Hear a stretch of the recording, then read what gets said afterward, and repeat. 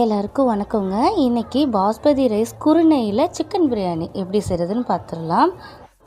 Cooker நல்லா heat ஆனதும் ஒரு 50 மில்லி ஆயில் விட்டுக்கோங்க. 3 ஸ்பூன் அளவுக்கு நெய் சேர்த்துருக்கேன்.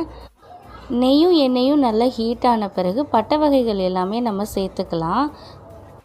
நான் பட்டை, கிராம்பு, ஏலக்காய், பிரிஞ்சி எல்லாம் சேர்த்துருக்கேன். 1 ஸ்பூன் அளவுக்கு சோம்பு சேர்த்துருக்கேன். பெரிய வெங்காயம் ஒரு 100 கிராம் அளவுக்கு நல்லா நீல வாக்கில் கட் பண்ணி சேர்த்துக்கோங்க. ஒரு பச்சை மிளகாவை 2 கீறியிருக்கேன், அதையும் சேர்த்துருக்கேன் நான்.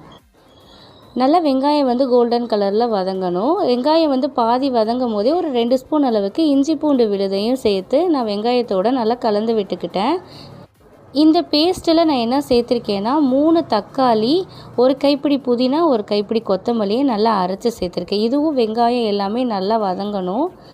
இப்போ 3/4 கிலோ அளவுக்கு நான் சிக்கனை மஞ்சத்தூள் போட்டு நல்லா வாஷ் பண்ணியிருக்கேன்.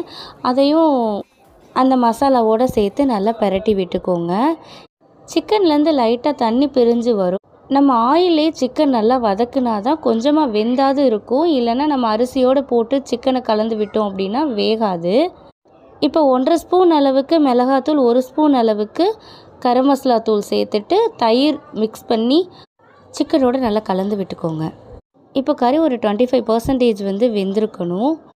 பேலன்ஸ் இருக்கிற புதினாவையும் கறியோடு தூவிட்டு அரிசியை நல்லா களைஞ்சி வச்சுருந்தேன். அதோட உப்பும் சேர்த்து கறி உடையாமல் ஒரு கிண்டிருங்க. ஏன்னா கறி ரொம்ப கரண்டி போட்டோன்னா கறி உடஞ்சி வந்துடும். அதனால் இப்போ ஒரு எலுமிச்சம்பழத்தில் பாதி எலுமிச்சம்பழத்தை நான் பிழிஞ்சு விட்டுருக்கேன். 1 உலக்கு அரிசிக்கு 2 உலக்கு தண்ணி நான் சேர்த்துருக்கேன். ஸோ நான் 2 உலக்கு அரிசிக்கு 4 உலக்கு தண்ணி சேர்த்துருக்கேன். லைட்டாக கொதித்ததும் நம்ம குக்கரில் மூடி போட்டு 2 விசில் விட்டுட்டு உடனே விசில் எடுத்து விட்ருங்க. இல்லைன்னா அடி பிடிச்சிரும். இப்போ சூப்பரான பிரியாணி ரெடி. தேங்க்யூ ஃபார் வாட்சிங். சப்போர்ட் பண்ணுங்கள், சப்ஸ்கிரைப் பண்ணி.